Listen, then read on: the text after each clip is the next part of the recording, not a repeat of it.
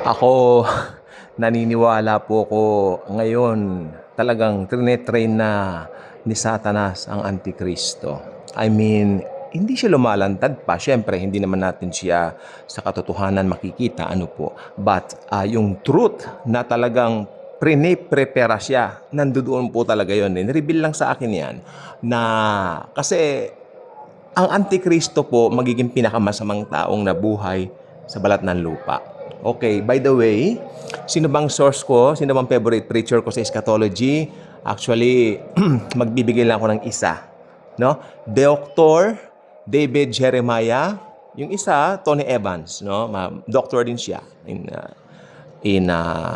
tawag dito, sa spiritual. Sa faith, no? So, ito po mga taong ito ay talagang meron akong Dr. David Jeremiah Study Bible, and I would like you also to get your own copies of that. Napakaganda po ng eschatology diyan. Maiintindihan niyo po yung pagkakasunod-sunod ng mga events. Although, up to now, nagpre-pray ako na makakita ko sa Shopee nung aklat na talaga namang nagustuhan ko na ginawa ng Baptist. It was being printed 1950 o 1951, something like that, no? It's something na talagang iyon ang nagturo sa akin, talagang inupuan ko talaga yon, talagang isinulat ko, di ba? Talagang inano ko pa dati.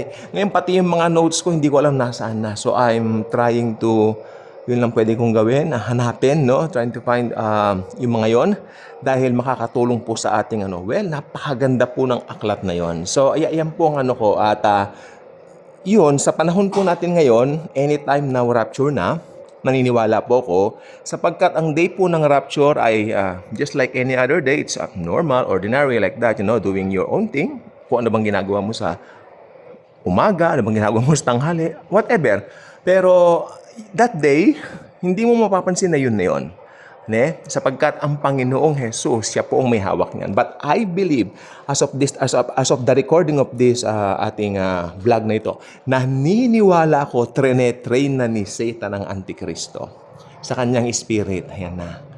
Talagang, yes, Satan is doing everything because ang kanyang pinaka-goal ay imimik, or gayahin ng husto si Jesus.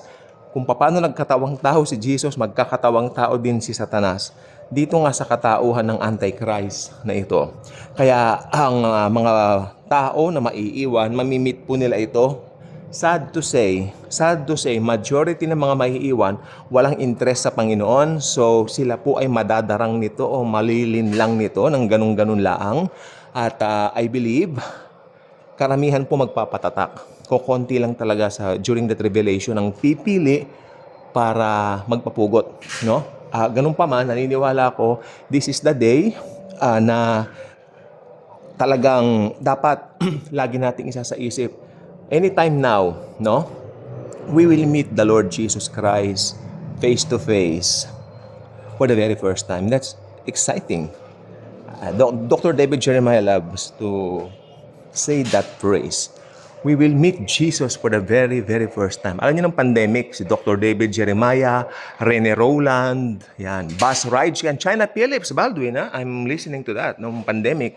Ang dami kong natutunan, yung spiritual ko talagang nag-grow ng husto sa mga taong yan, no? At yes, napakaganda ng mga natutunan natin, no?